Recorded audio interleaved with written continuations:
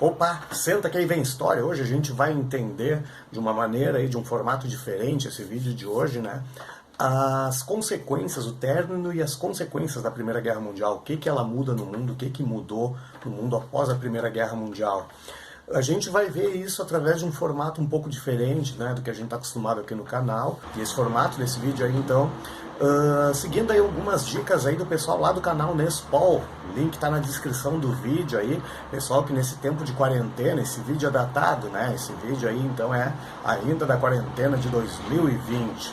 O pessoal lá do canal Nespol tá ajudando aí os professores a fazer aí as aulas, né, de uma série de maneiras diferentes, e a gente vai pegando as dicas e vai aproveitando. Então bora lá ver aí, né, o que mudou no mundo após a Primeira Guerra Mundial. Vamos lá.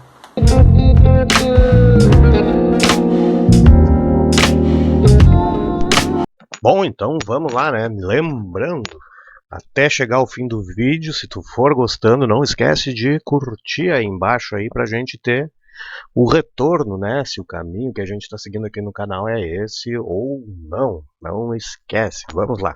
Buenas, para a gente ver aí as consequências então da guerra, vamos ver primeiro então como que ela acaba, né? O fim da guerra oficial, né, da guerra ocorre no dia 11 de novembro de 1918, quando a Alemanha, o que restava ainda, né, da Tríplice Aliança, se rende, assina sua rendição num vagão de trem em Compiègne, né, já dentro da fronteira, aí dentro do território francês. Né? Então esse é o fato que põe um fim assim formal à Primeira Guerra Mundial, né, a Grande Guerra, como era conhecida na época. E a partir daí, então, vamos ver o que resta da guerra, né, enfim, as consequências da guerra. Primeiro lugar, né, vamos aos dados estatísticos. A Primeira Guerra Mundial deixa aí um rastro de 10 milhões de mortos, né, uma cifra muito menor, obviamente, do que a da Segunda Guerra Mundial, mas já bem considerável, né, para as guerras que tinham acontecido até então. Quase o triplo disso de feridos, inválidos, mutilados e, né, enfim, pessoas com sequelas temporárias ou permanentes, 27 milhões de feridos. Um continente, a Primeira Guerra Mundial vai deixar um continente em grande parte devastado. Vamos lembrar que o essencial, o grosso da Primeira Guerra Mundial ocorre na Europa, então ao fim da guerra, né, a Europa vai restar devastada em grande parte, né? Fábricas, cidades, campos cultivados, né? Sempre numa guerra se tem a preocupação a partir, né, das guerras em que já tem armamento com bom grau de precisão, com um grau de precisão assim considerável, né, para atingir alvos, se tem como escolher os alvos, né? Então sempre depósito de armas do inimigo, posições essenciais para abastecimento, estradas e também campos cultivados até para forçar uma rendição do adversário. Né? Em termos estatísticos, a gente tem isso aí como herança da Primeira Guerra Mundial, em termos de números. Né? Agora, a gente tem que dar uma atenção especial aí ao Tratado de Versalhes, assinado no ano seguinte, 1919, não é aquele assinado em Compiègne, né? Aquele era o Tratado de Rendição da Alemanha. O Tratado de Versalhes foi o tratado que impôs as condições da paz à Alemanha. Resta ao fim da guerra, já desde o início, né, a ideia entre os países vencedores que a Alemanha foi a grande causadora do conflito, a Alemanha foi a grande causadora da Primeira Guerra Mundial, logo, né, portanto, ela tem que pagar os custos da guerra. Então, o Tratado de Versalhes é feito para impor pesadas aí condições, né, pesadas punições à Alemanha. Ele foi idealizado principalmente ali por líderes do Reino Unido e da França. O presidente norte-americano à época, Woodrow Wilson, ele vai achar esse Tratado de Versalhes radical demais.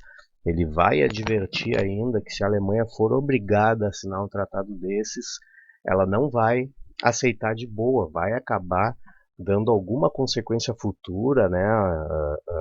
Os alemães futuramente vão se revoltar e se levantar com esse tratado se ela, né, a Alemanha no caso, fosse obrigada a assinar. Então ele propõe uma outra versão, né, que ficou conhecida como os 14 pontos de Wilson. Esse Tratado de Versalhes tem dezenas e dezenas e dezenas de cláusulas. Eu botei aí, a gente está vendo aí 6 das principais, as mais conhecidas, né, e aquelas também que são campeãs aí de cair em vestibulares, concursos públicos, Enem e tal, né? Normalmente quando se fala em fim de guerra, da Primeira Guerra, ou normalmente quando se fala em Tratado de Versalhes, se fala nessas 6 cláusulas aí, né? A maioria das outras cláusulas eram mais restritas e tal. Mas esse menino que eu estava dizendo, o Woodrow Wilson, ele vai propor um tratado, uma versão bem mais enxuta, com 14 cláusulas, 14 pontos apenas, não tão radicais quanto esses aí. Não foi aceita a proposta dele, né, principalmente ali dirigentes franceses, né, a França, vamos lembrar que a França teve boa parte do seu território destruído, sua economia devastada, e a França tem a Alemanha, né, tem os alemães entalados na garganta desde a Guerra Franco-Prussiana de 1870.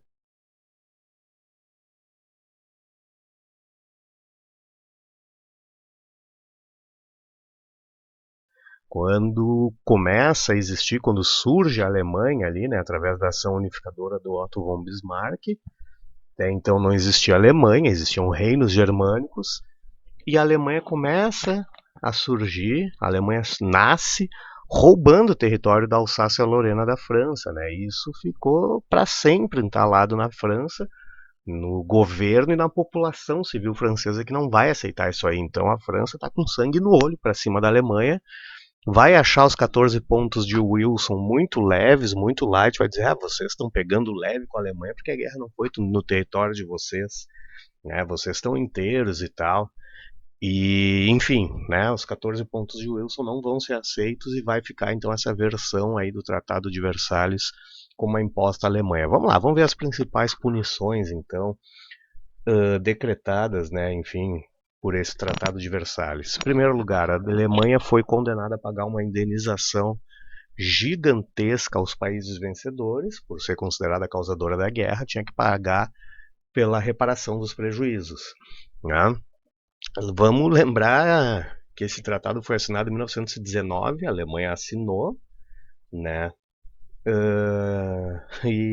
Essa indenização aí foi ser concluída, né? O pagamento foi concluído só agora em 2010, a última prestação, a última parcela, o último saldo, né, que a Alemanha pagou do Tratado de Versalhes foi agora em 2010. A Alemanha começa a pagar alguma coisinha na década de 20, mas está numa crise gigantesca, não consegue pagar muita coisa. Em 33, o Hitler assume o poder na Alemanha, não paga mais um centavo, ele corta esse pagamento, né, enquanto está vivo, até 45. Depois veio Guerra Fria, divisão das Alemanhas, enfim.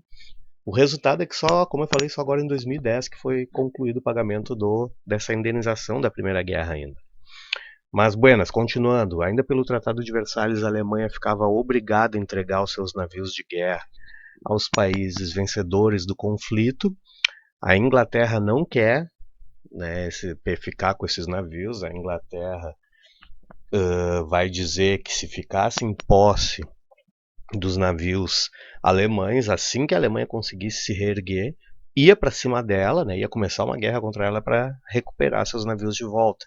Então a Inglaterra não está muito afim de ficar com esses navios. França e Bélgica querem. Né? Então a França e a Bélgica não vão abrir mão disso.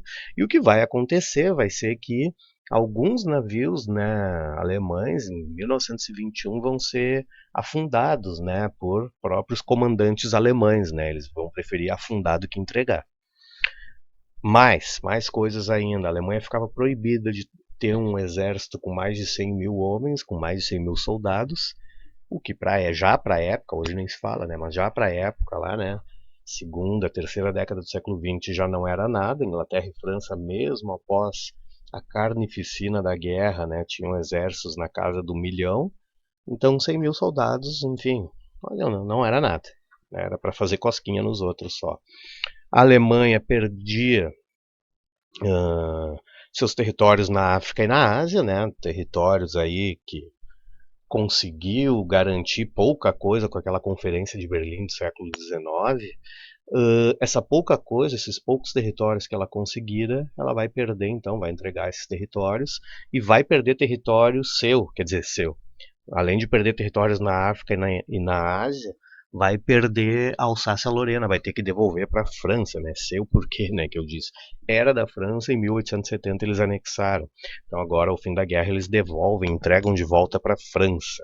E além disso, vai ter aquela preocupação central de que a Alemanha não voltasse a fabricar armamentos, não voltasse a fabricar blindados, carros blindados, veículos, canhões, enfim. Então ela ficava proibida de trabalhar com metais em seu próprio território. Ou seja, olha a situação. Vamos calcular por que o Woodrow Wilson advertia que esse tratado era tão violento com a Alemanha.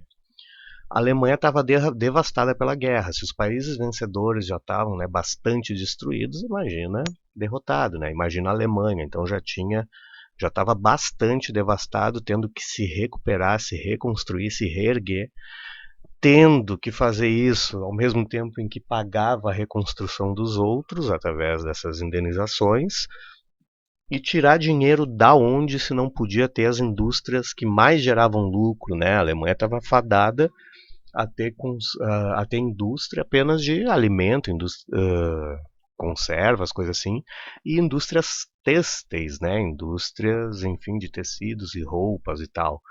Foi o que ergueu a Inglaterra, foi o que transformou a Inglaterra numa potência, mas lá no século XVIII, século XX, já não é mais tecido, já não é mais têxteis que transformam um país numa potência. Então a Alemanha, com a assinatura desse tratado, estava fadada, né, a ir para o fundo do poço e de lá não sair tão cedo. Mas isso, olha o número ali em cima, né? Nesse agrupamento, assim que a gente está vendo aqui das consequências da guerra, essa é a quarta consequência, né? O Tratado de Versalhes. Tem mais coisa ainda. Alterações gigantescas, né? Alterações bem consideráveis no mapa da Europa. O Império Austro-Húngaro vai deixar de existir, vai se desmembrar, né? Em Áustria e Hungria. O Império Turco-Otomano vai deixar de existir também. E vão surgir uma série de novos países aí, principalmente no leste europeu, como a Finlândia, Estônia, Letônia, Lituânia, Polônia, Tchecoslováquia, Eslovênia, Croácia, Yugoslávia, Sérvia, enfim, uma série de países novos que surgem, né? O mapa europeu vai ficar com toda uma nova configuração. Mais coisas ainda. A criação de um organismo internacional destinado a evitar novas guerras, né, chamado de Liga das Nações. Eu coloquei aí como embrião da ONU, porque a ONU surge ao fim da Segunda Guerra Mundial com esse mesmo objetivo inicial de evitar novas guerras, né? A ONU, com o passar do tempo, foi diversificando suas frentes de atuação e tal, e aliás é só por isso que ela existe até hoje ainda, porque não evitou, né, aquele objetivo central da ONU de evitar novas guerras, ela não foi eficaz. A Liga das Nações, também criada em 1919, tinha esse objetivo central de reunir dirigentes, né, dos grandes países, da maioria dos países aí do mundo e tal, com o objetivo central de evitar novas guerras, né? O mundo passou por esse trauma de 4 anos de uma guerra, né, que envolveu dezenas de países. A ideia é evitar que isso aconteça de novo. Então, quando se cria a Liga das Nações, a ideia era que sempre que houvesse aí algum problema, alguma questão envolvendo dois países, dois ou mais países, né, que sentasse representantes desses países com a intermediação de todos os outros membros da Liga, sentassem à mesa de negociações para fazer debate, enfim, para, né, diplomaticamente resolver essa contenda, esse problema entre os países, não deixando gerar uma nova guerra. Ela vai ser criada em 19, o que vai acontecer? Em 1939, 20 anos depois, começa a Segunda Guerra Mundial. Então ela não consegue cumprir o seu objetivo, né? No decorrer da Segunda Guerra, ela fecha as portas, ela deixa de existir. Tá? Mais outra consequência da guerra, crise em uma série de países europeus, crise econômica, crise política, crise das instituições, que vai acabar gerando, que vai acabar sendo o cenário perfeito aí para o crescimento de ideologias e de regimes totalitários, de regimes extremistas, né? Essa questão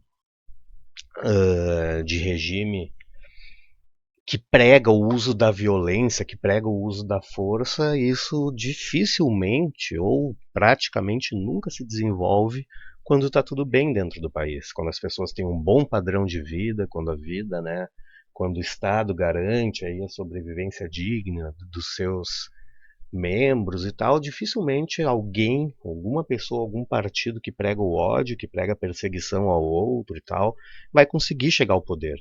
Então, em contextos de crise, que essas ideologias extremistas, e aí a gente fala de um espectro, de um extremismo ao outro, né, lá do comunismo na extrema esquerda até o fascismo e nazismo na extrema direita, só chegam ao poder, só encontram eco, né, líderes pregando ódio e tal, só encontram eco quando as coisas não vão bem dentro do país.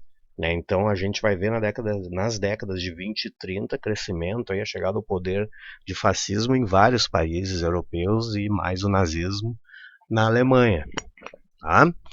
Mais outra consequência ainda, então, é com a Primeira Guerra Mundial que os Estados Unidos assumem essa condição que perdura até hoje de maior potência planetária.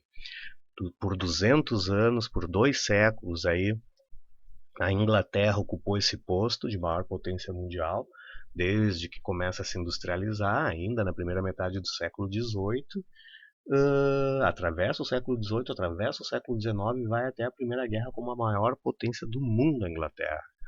Vai ser pela Primeira Guerra, vai ser por causa, né, da Primeira Guerra que a Inglaterra vai perder essa condição.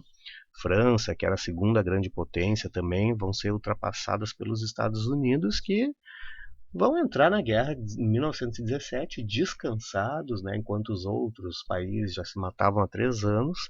Os Estados Unidos, além de não estar na guerra, ainda estavam lucrando com a guerra, né, vendendo produtos aí adoidados para os lados em conflito, mais para a Tríplice Entente, né, vendendo armamento adoidado, vendendo munição adoidado, medicamento e tal. Então eles estão aproveitando a guerra para lutar enquanto os outros se matam. E a guerra não é no território deles também, né? Então, em termos políticos, econômicos, né, o grande legado, a grande herança da Primeira Guerra Mundial vai ser a consolidação dos Estados Unidos como a maior potência mundial. E, finalmente, a gente observa também que com a Primeira Guerra Mundial vai encontrar eco o movimento, vai ganhar todo um novo impulso, o movimento feminista, por várias razões. Tá? Enquanto os homens, né, estão em guerra, soldados estão em guerra, as mulheres vão cada vez mais ganhar, conquistar postos de trabalho, ser responsáveis por postos de trabalho.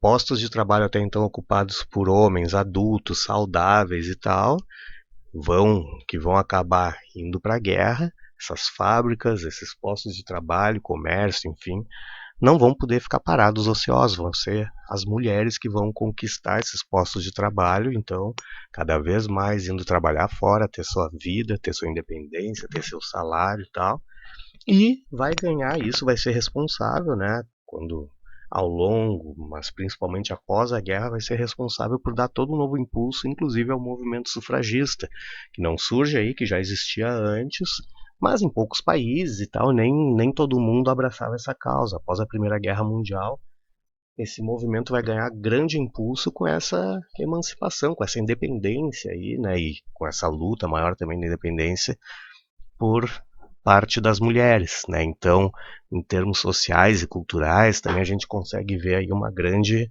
herança e uma grande transformação da Primeira Guerra Mundial. Não é coincidência que vai ser em 19, por exemplo, 1919, que elas vão conquistar o direito ao voto nos Estados Unidos, né, naquele país que há quase 150 anos se gabavam de ser a maior democracia do mundo. É só aí que mulher vai ser lembrada nas eleições.